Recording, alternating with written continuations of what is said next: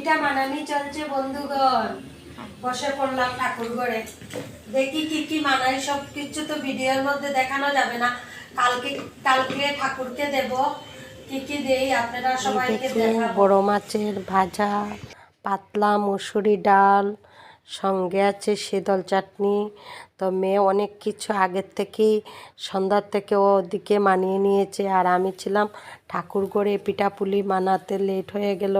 তো আস্তে আস্তে আমার পাকঘরে আসতে আসতে 10টা নাগাদ বেজে গিয়েছে। তো ভাবলাম পাটার মাংসটা জলদি জলদি করে এই প্রেশার কুকারেই মানিয়ে নিই। আর আমরা সাধারণ মতে 3জন লোকে মিলে পিকনিকটা ঘরেই করলাম। অনেক আনন্দ হলো।